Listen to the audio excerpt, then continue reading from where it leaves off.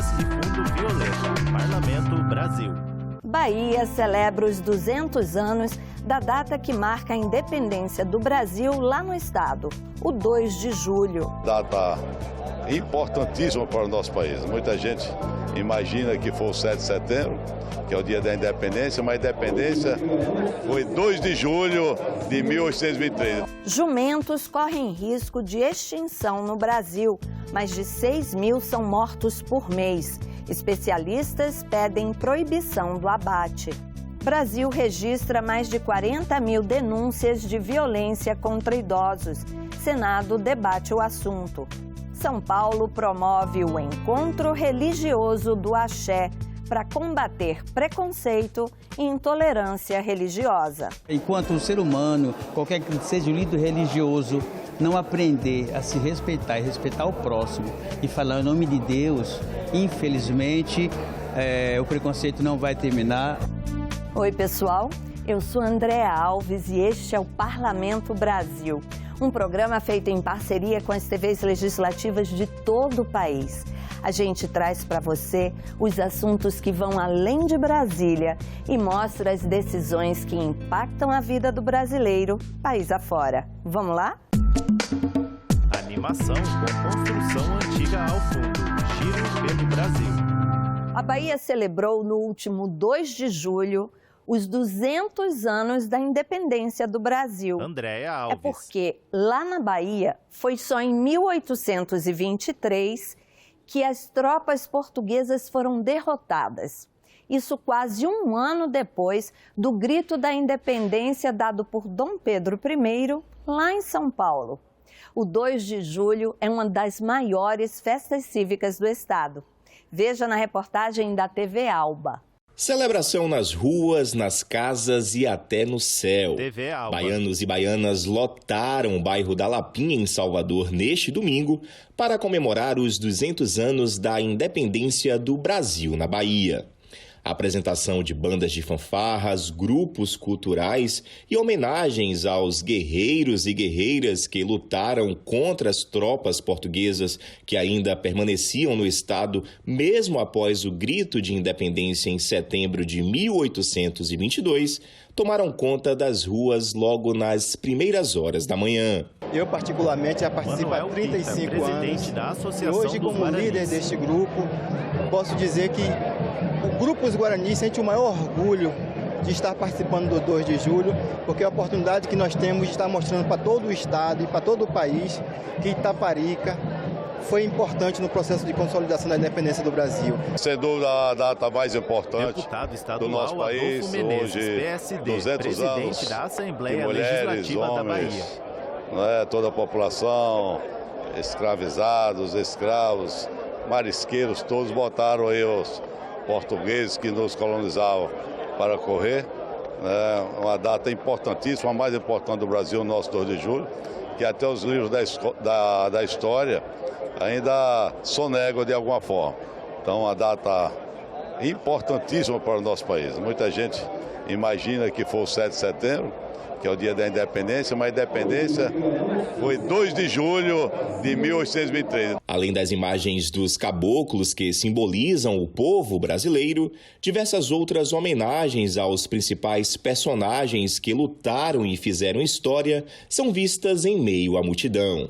Seja crianças ou adultos, tributos a Maria Quitéria, por exemplo, heroína baiana que enfrentou os portugueses, estavam assim, em todos os cantos. O ato da independência é o ato da liberdade. Célia Zain, então, quando cantora. A gente se veste de Maria Quitéria, a gente se compromete em manter a liberdade no país. E encontramos aqui uma Maria Quitéria de Diego batismo Vieira, registrada. Dona Maria Quitéria, moradora aqui da Lapinha. Como é para a senhora carregar esse nome aqui no seu registro, na sua identidade, o peso desse nome tão importante? É um prazer enorme, Maria meu filho, Quitéria, porque a melhor aposentada. coisa é levar este peso na costa. Porque Maria Quitéria nas costas, porque Maria Quitéria não só sou eu, são todas as mulheres baianas, brasileiras, que representam Maria Quitéria. Para quem assiste a festa de perto pela primeira vez, não esconde a emoção. É muito bonito e emocionante por nós estar sabendo que há 200 anos e o povo continua firme e forte, dizendo: nós somos guerreiros e nós não abrimos mão de ser baiano, de ser nordestino. Isso é muito bom. Para mim é uma honra tremenda de estar com meus parentes aqui, né, todo caracterizado, todo pintado e participando, né, desse marco, né, 200 anos da independência da Bahia, né, e estando aqui presente. Neste ano, o cortejo contou com a presença do presidente Lula e da primeira-dama Janja. O Brasil recuperou a alegria, recuperou a democracia. Luiz Inácio Lula da Silva, presidente do Brasil. A alma do povo brasileiro. A Bahia tudo é especial, né? De vez em quando me pergunto por que o sucesso da Bahia. O sucesso da Bahia se deve à generosidade do povo baiano. Nasce o sol. A tela exibe diversas imagens de pessoas com diferentes trajes celebrando o bicentenário da independência do Brasil. No primeiro é sinal que a câmera muda para a cantora Célia Zayn. Até o sol, até o sol. A tela muda para uma indígena usando um cocar e depois para a estátua de Dom Pedro. O Ceará tem mais de 300 lixões a céu aberto.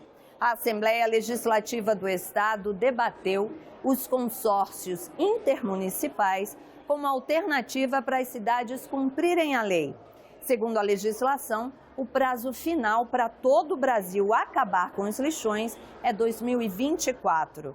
Veja o que foi notícia nas casas legislativas do país. Ceará. De acordo com a Secretaria do Meio Ambiente e Mudança do Clima, existem no Ceará mais de 300 lixões, locais de descarte inadequado de resíduos que causam problemas ambientais, sociais e de saúde pública. Uma alternativa sustentável e economicamente viável para a destinação correta do lixo é a criação de consórcios públicos intermunicipais para a construção de aterros sanitários. Previstos no Marco Legal do Saneamento Básico, aqui no Ceará, os consórcios são estimulados pelas secretarias do Meio Ambiente e das cidades. A gente tem hoje 21 consórcios envolvendo 173 municípios. Eles são uma parte fundamental do tripé da política estadual de resíduos sólidos aqui do estado do Ceará, junto com o pessoal que faz a catação de lixos, os catadores, junto com a educação ambiental. Os consórcios de resíduos sólidos intermunicipais, eles são responsáveis pela construção das centrais municipais de resíduos, que é uma disposição pré-aterro importantíssima para o estado do Ceará. Então, eles são parte fundamental da nossa política pública de resíduos sólidos. Para debater a situação dos consórcios públicos de resíduos sólidos no estado, a Comissão de Meio Ambiente e Desenvolvimento do Semiárido da Assembleia realizou uma audiência pública. O vice-presidente do colegiado, deputado Renato Roseno, destacou a necessidade de apoio político para que os municípios possam colocar os consórcios para funcionar em sua totalidade. Nós queremos, sobretudo, convencer os gestores municipais e a sociedade nos municípios que a melhor saída para a gestão dos resíduos sólidos é para, primeiro, proteger o meio ambiente, gerar renda por intermédio da reciclagem, com catadores e catadoras de recicláveis, o consórcio entre municípios. Lamentavelmente, no Ceará ainda temos mais de uma centena de lixões. Isso polui a água, polui o ar, polui o meio ambiente, é ruim para a saúde pública e também se perde dinheiro.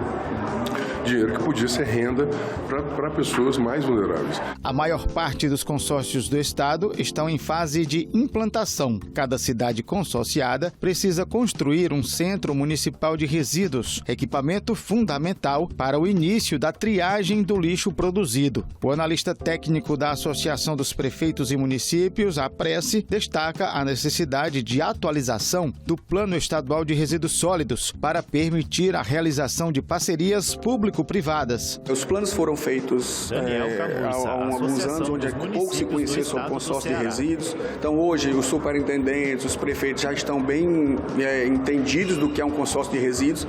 Então, a gente precisa rever o plano, e sentar com a secretária Vilma da SEMA e rever os planos para que a gente possa até poder trazer a iniciativa privada também para ajudar os órgãos públicos na construção, definição e na elaboração dos planos, na construção das CMRs e principalmente no fim do lixo, acabar com o lixão.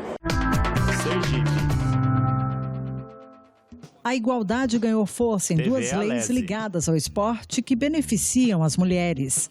A primeira, de autoria do deputado Marcelo Sobral, veda a distinção em razão de gênero do valor das premiações desportivas concedidas a atletas. A lei foi aprovada na LESE e sancionada pelo governador de Sergipe, Fábio Mitidieri. É incabível que, em pleno século XXI, a gente ainda tem essa desigualdade, principalmente no desporto, onde nós temos aqui vários esportistas de várias modalidades que têm suas premiações para o sexo masculino um valor e para o sexo feminino, a maioria das vezes, um valor inferior. Então nós precisamos acabar com essa desigualdade. A estudante de nutrição Luísa Andresa comemora a aprovação da lei. Ela é atleta há aproximadamente 5 anos e já participou de competições em Sergipe e em vários estados, dentre eles São Paulo e Paraná. Luísa é campeã norte-nordeste na categoria sub-18, vice na categoria adulto e campeã na corrida Cidade de Aracaju na prova de 5 quilômetros. A atleta diz por que é importante igualar as premiações do estado. Eu tenho que unir trabalho com estudo, tenho que dormir tarde e acordar cedo, e isso desgasta, mas graças a Deus tem esses incentivos que faz a gente ter fé. Outra lei aprovada na LESE, sancionada pelo governador do estado, cria permanentemente a campanha contra o assédio, a importunação e violência sexual nos estádios e arenas desportivas do estado de Sergipe. A autoria da propositura é do deputado Cacá Santos. Ele ressaltou quanto a lei vai dar garantia de segurança às mulheres. Acredito que com essa lei sancionada, as pessoas vão pensar muito antes de assediar ou qualquer outro tipo de violência contra as mulheres. Lidiane Rezende é consultora de vendas, torcedora do Confiança e do Corinthians. Gosta de acompanhar as partidas de futebol dos seus times do coração. Ela fala da força que essa lei assegura às mulheres nas torcidas e a importância da denúncia em casos de importunação sexual. Tem muita mulher hoje em dia que não vai nos estádios justamente por medo do assédio, né? E assim, eu creio que uma lei criada dessa forma para garantir uma segurança maior para a gente vai aumentar a quantidade de mulheres nos estádios para que elas possam também usufruir dessa paixão que é uma paixão mundial. A secretária de Estado do Esporte e Lazer de Sergipe, Mariana Dantas, já foi atleta e sabe dos desafios enfrentados pelas mulheres. Nós, mulheres, já temos um desafio pelo fato de ser mulher. A gente tem sempre um desafio a mais e no campo esportivo não é diferente disso. E além dessa questão de premiação ser equiparada, eu faço um alerta também para os organizadores de eventos, né, para os horários das competições, né, para as condições também que sejam pensadas na mulher, né, questão de vestiários, questão de banheiros, de arbitragem. A gente tem várias situações que circundam ali o momento da competição esportiva, que não só a parte que a gente está vendo ali dentro da quadra propriamente dita, né, mas que está ali ao seu entorno, que é importante para que a gente tenha cada vez mais mulheres competindo pelo Brasil aí afora e sergipanas, obviamente, que a gente tem um carinho e incentivo todo especial. Espírito Santo. A palavra da noite de comemoração aos 50 anos do hip hop foi resistência. A audiência pública realizada pela Comissão de Cultura da Assembleia destacou o papel do hip hop entre os jovens da periferia e as políticas públicas necessárias para atender o movimento. O nascimento do hip-hop é exatamente para fazer a inclusão de diversos setores sociais que ficaram excluídos. Pessoal da periferia, a juventude da periferia, especialmente a juventude negra. E eles, através das expressões culturais, eles colocam a maneira como eles enxergam o mundo hoje e como o mundo rebate neles. A designer de moda Pandora da Luz fez um resgate da história do movimento no Espírito Santo. Ela também falou sobre o trabalho a ser realizado na frente parlamentar que foi criada na Câmara Federal para fomentar o hip-hop. Nesse momento, a gente achou que a melhor estratégia era fundar a Frente Parlamentar Mista no Congresso Nacional para a gente fazer 3 pautas, né, para atingir 3 pautas especificamente. 1 é o combate intransigente ao extermínio da juventude negra. E 2 é a Lei Nacional do Hip Hop. E 3, o Estatuto do Hip Hop. Essas são as principais bandeiras de luta. A importância do hip hop no contexto da cultura do Espírito Santo foi ressaltada pelo secretário de Estado da Cultura.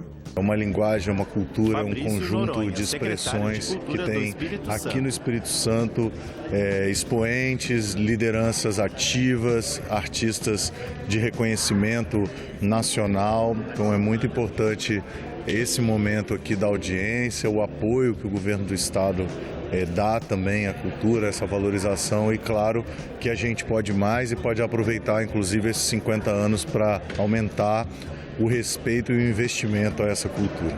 Durante o evento, teve poesia falada em forma de resistência e representatividade. Me vi por quantas vezes refletindo a sonhar, pensando em desistir porque falaram que não dá, mas mesmo assim eu tentei, sonhei, resisti. Não vou deixar qualquer verme me persuadir, eu, acostumado a ouvir não, isso já nem me importa. Isso aqui é mais do que ibope. Prazer, meu nome é hip hop. Antes da audiência, foram realizadas atividades ligadas à cultura do hip hop. Produção de grafites, batalhas de rima e roda de break estiveram entre as artes apresentadas. Diversas imagens de pessoas dançando hip hop, DJs tocando e o MC rimando. Está ocupando esses espaços, principalmente da Casa de Leis, né, que nos representa de alguma maneira o Estado do Espírito Santo. Não seria o lugar melhor para estar celebrando esse momento adulto ou de meia-idade do hip hop, né? Sou do hip hop, sou do hip hop, sou do hip hop, sou do hip hop, sou do hip hop, sou do hip hop. Animação na cor violeta e o Palácio do Congresso ao fundo, direto do Congresso. Olha só essa notícia. Os jumentos estão correndo risco de extinção. Cerca de 6.000 animais são abatidos todos os meses aqui no Brasil. A pele é exportada para a China para produzir colágeno. Os animais sofrem maus tratos enquanto esperam morrer. Especialistas pedem a proibição do abate. A Câmara dos Deputados analisa um projeto de lei sobre o assunto. Defensores dos direitos dos animais pediram, em audiência na Comissão de Meio Ambiente, a proibição do abate de jumentos. Gislane Brandão, coordenadora da Frente Nacional de Defesa de Jumentos, denunciou que essa prática está colocando em risco a sobrevivência dessa espécie no Brasil. Os jumentos estão prestes a ser extintos. Frente Nacional de Defesa de Então, Jumentos. essa não é a primeira, não é a segunda, não é a terceira, não é a 10ª vez que nós estamos presencialmente em alguma das estruturas dos poderes do Estado, seja legislativo, judiciário, executivo, para falar que o abate de jumentos é uma atividade extrativista e criminosa que precisa parar. Vanessa Negrini, coordenadora de defesa dos direitos animais do Ministério do Meio Ambiente, diz que um dos objetivos é criar novas alternativas de sustento para a população que hoje depende do abate de jumentos. É possível, com o rol de conhecimento que nós temos hoje, de encontrar soluções que sejam boas para a economia do Nordeste, boas para melhor geração de renda e empregos mais dignos para os trabalhadores no Nordeste e soluções que sejam boas para a preservação da biodiversidade, em especial para essa espécie. O deputado Célio Studart, do PSD do Ceará, disse que a Comissão de Meio Ambiente vai continuar a luta para aprovar os diversos projetos que proíbem o abate de jumentos e estão em análise na Câmara. Essa audiência é um fundamento, é um momento de restartar essa discussão, tanto nessa comissão quanto no plenário da Casa, para que a gente possa pôr fim a algo que, infelizmente, ainda não conseguimos pelo Poder Judiciário, sem que uma coisa, obviamente, exclua a outra. A luta será em todos os campos. Como prevenir a violência contra os idosos num país que recebeu quase 50.000 denúncias só nos 5 primeiros meses deste ano? A Comissão de Assuntos Sociais aqui do Senado debateu o assunto. Nos primeiros 5 meses deste ano, o Disque 100 recebeu mais de 47 mil denúncias de violência contra idosos, que apontaram para cerca de 282 mil violações de direitos. São casos de abandono, negligência, discriminação e violências física, sexual, psicológica e patrimonial. Cada denúncia pode ter mais de um tipo de violação de direitos. O número de violações de direitos humanos é 87% maior em relação ao mesmo período de 2022. Além disso, 1 em cada 3 idosos do país está em situação de pobreza ou vulnerabilidade social. São mais de 10 milhões de idosos inscritos no Cadastro Único. Durante a audiência pública na Comissão de Assuntos Sociais, especialistas lembraram a necessidade de conscientizar a população sobre o assunto. Como prevenir? Barrige Amin Aur, consultor em educação. Um policial na porta de cada casa onde reside idoso é inimaginável. Somente pela consciência coletiva de respeito e de valorização da pessoa idosa será possível isso. Ou seja, o caminho é a educação. Um decreto presidencial publicado em abril de 2019 interviu no Conselho Nacional dos Direitos da Pessoa Idosa e destituiu seu colegiado, iniciativa criticada na audiência. A violência institucional, de caráter estrutural, ela afeta todos nós, seja na localidade municipal, seja no Estado, ou seja a nível nacional. E nós devemos enfrentá-la. O que a gente vê nesse último decreto que revogou o decreto 9893, o decreto de abril, não são avanços, são ainda a continuidade de retrocessos na participação social, no controle social, logo na defesa dos direitos da pessoa idosa. Além do fortalecimento dos conselhos das pessoas idosas, os participantes destacaram a necessidade da participação social em decisões públicas. Maior apoio e fiscalização das instituições públicas de longa permanência para idosos também é uma demanda. A pessoa idosa que tem dinheiro, que tem uma boa aposentadoria, vai para as instituições privadas. E os pobres, abandonados, os pretos, os periféricos, dentro do Estado brasileiro, para onde vão?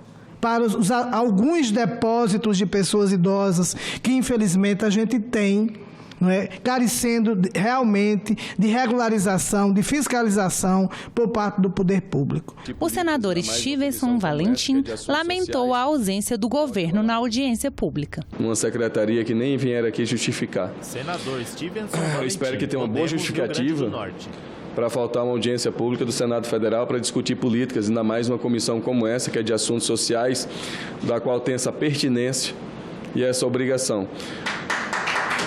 Espero que tenha essa justificativa. A animação exibe a estátua do profeta Isaías de Aleijadinho, em Congonhas, Minas Gerais. Vitrine. Um evento com religiões de matriz africana foi promovido na Assembleia Legislativa de São Paulo. Foi o encontro religioso do Axé. O objetivo, combater o preconceito e a intolerância religiosa. A Umbanda e o Candomblé são as principais religiões de matrizes africanas praticadas no Brasil.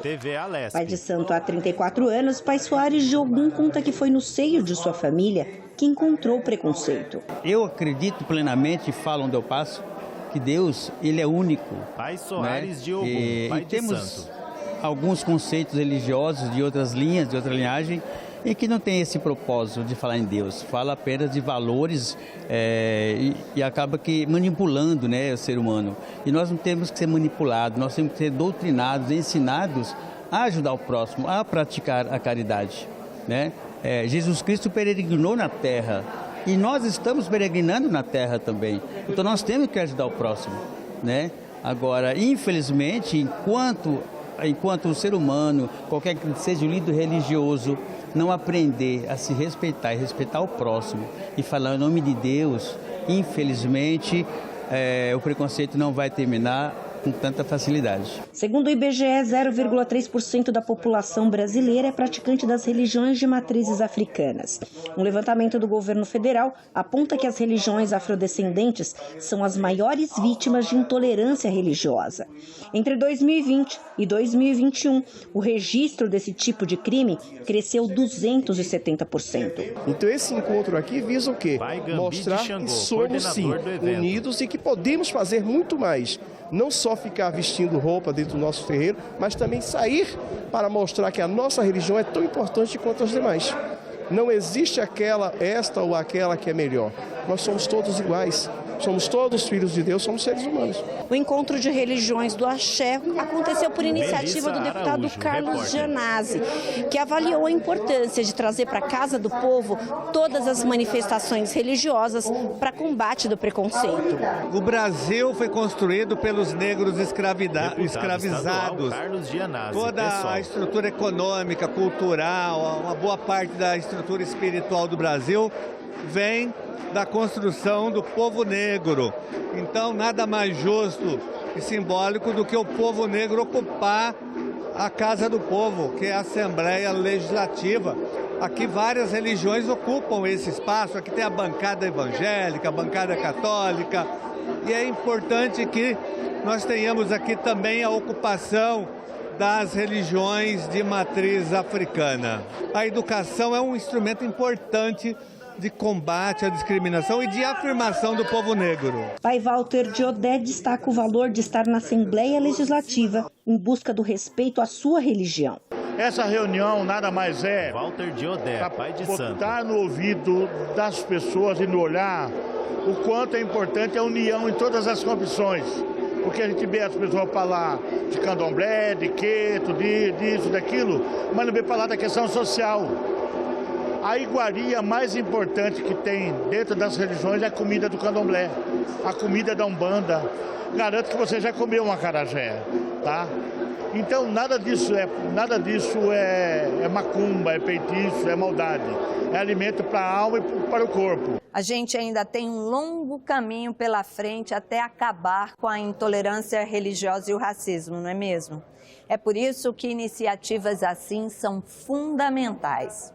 E o Parlamento Brasil fica por aqui. Se você quiser rever qualquer um dos nossos programas, já sabe, tem tudo na internet. senado.leg.br/tv/Parlamento Brasil. Tem o canal da TV Senado no YouTube e tem o velho e-mail. Manda mensagem. Semana que vem a gente volta. Tchau.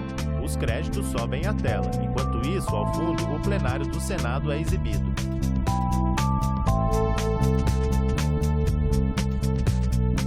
TV Senado 2023.